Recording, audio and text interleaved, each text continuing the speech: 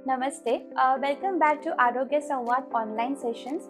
ये हमारा first Thursday है जिसमें हम लोग आरोग्य संवाद ऑनलाइन सेशन के द्वारा आपके जो भी क्वेश्चंस हमारे पास आए हैं उसके आंसर देने का हम लोग एक बहुत ही सिंसियर एक अटेम्प्ट कर रहे हैं। तो थैंक यू सो मच, आपने हमारे फैटी लीवर और थायराइड की वीडियोस को बहुत लाइक किया और हमने उसमें से 3 क्वेश्चंस आज सिलेक्ट किए हैं जिसके हम लोग आज आपको आंसर्स देने वाले हैं। द फर्स्ट क्वेश्चन इज, एक पेशेंट ने पूछा है कि मुझे ऑलरेडी ग्रेड 2 फैटी लीवर है, तो मुझे लीवर फंक्शन टेस्ट कितनी फ्रीक्वेंसी में करने चाहिए। कि अगर आपको ऑलरेडी फैटी लीवर है तो आप वो सारे प्रॉब्लम्स जो मैंने अपने फैटी लीवर के वीडियो में बताए थे उनके सारे सॉल्यूशंस आप उसी तरीके से फॉलो करें, क्योंकि आपका फैटी लीवर अभी इस स्टेज से ज़्यादा बढ़ना नहीं चाहिए।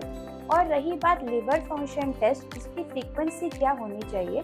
तो अगर आपके liver function test almost stable है, आपके एलएफटीज या फिर आपके बिलिरुबिन लेवल्स या लिवर एंजाइम्स लेवल्स हमेशा बढ़ नहीं रहे हैं, तो आप एवरी 6 मंथ्स एलएफटी कर सकते हैं। लेकिन अगर आपको ऐसे लग रहा है कि एलएफटीज बहुत अबनॉर्मल आ रहे हैं, वैल्यूज थोड़े से सोर हो रहे हैं, तो I think it's good that you have to do LFT every 3 months.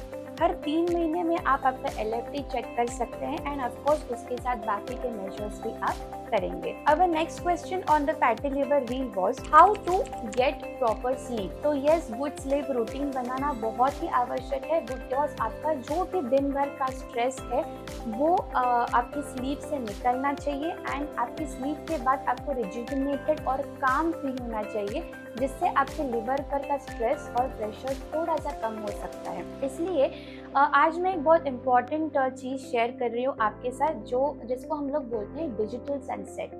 Digital sunset का मतलब क्या है कि आप आपके जो भी इलेक्ट्रॉनिक डिवाइसेस हैं, जैसे कि मोबाइल है या टीवी है या कंप्यूटर है, लैपटॉप है, इसको आपके बेड टाइम के 1 आवर पहले थोड़ा बंद कर दीजिए।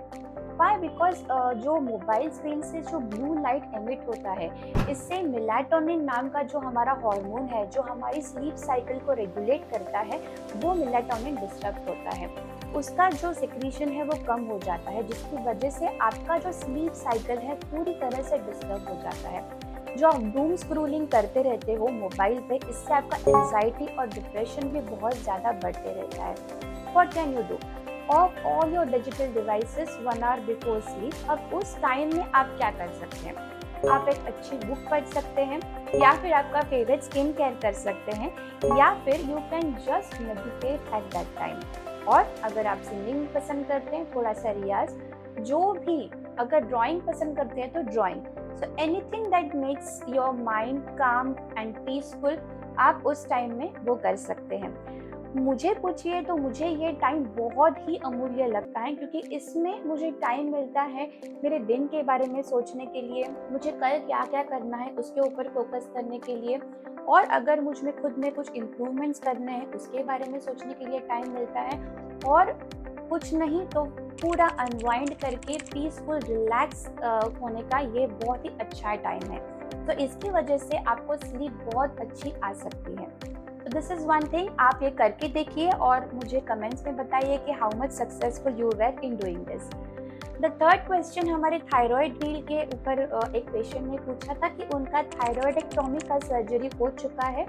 तो अगर इस सर्जरी हो चुका है, थायराइड ग्लैंड निकल चुका है, उसके बाद में थायराइड फंक्शन टेस्ट कैसे करनी चाहिए, कौन सी करनी चाहिए। तो ये बहुत ही अच्छा क्वेश्चन था कि अगर थायराइडेक्टोमी आपकी हो चुकी है तो उसका जो हिस्टोपैथोलॉजी का रिपोर्ट, उसके हिसाब से आपका आगे का साइकिल हम देख सकते हैं। जैसे फॉर एग्जांपल, अगर थायराइड निकालने के बाद उसका जो भी हिस्टोपैथोलॉजी रिपोर्ट है अगर वो बिनाइन है, तो आपको सिर्फ प्री थायराइड फंक्शन टेस्ट ही करना है, that you can do in every 3 months. और अगर नॉर्मल है तो एवरी 6 मंथ्स में भी आप कर सकते हो। और अगर आपके थायराइड में कैंसर था, फॉर एग्जांपल पैपिलरी कैंसर था या कोई मेडुलरी कैंसर था, तो हर एक थायराइड कैंसर के मार्कर्स होते हैं। अगर थायराइड का कैंसर था, उसके हिसाब से आपके जो भी मार्कर्स हैं उसके बारे में आपके डॉक्टर आपको बता देंगे। तो उसके हिसाब से वो मार्कर्स और थायराइड फंक्शन टेस्ट, ये दोनों आपको करने हैं एवरी 6 मंथ्स। और अगर थायराइड ग्लैंड की सर्जरी करते वक्त अगर पैराथायरॉयड ग्लैंड्स में अगर कुछ प्रॉब्लम हुआ था, अगर ऐसे आपके सर्जन ने आपको बताया है, अगर आपके कैल्शियम लेवल्स आफ्टर सर्जरी थोड़े से अनस्टेबल थे, तो आप कैल्शियम लेवल्स भी every 6 months along with thyroid function test वो भी आप चेक कर सकते हैं। So these were all 3 important questions that we receive last हमारे 2 रील्स में। नेक्स्ट आरोग्य संवाद ऑनलाइन सेशन 2 में वापस मिलेंगे और ऐसे ही क्वेश्चंस के साथ। So keep asking your questions. Thank you.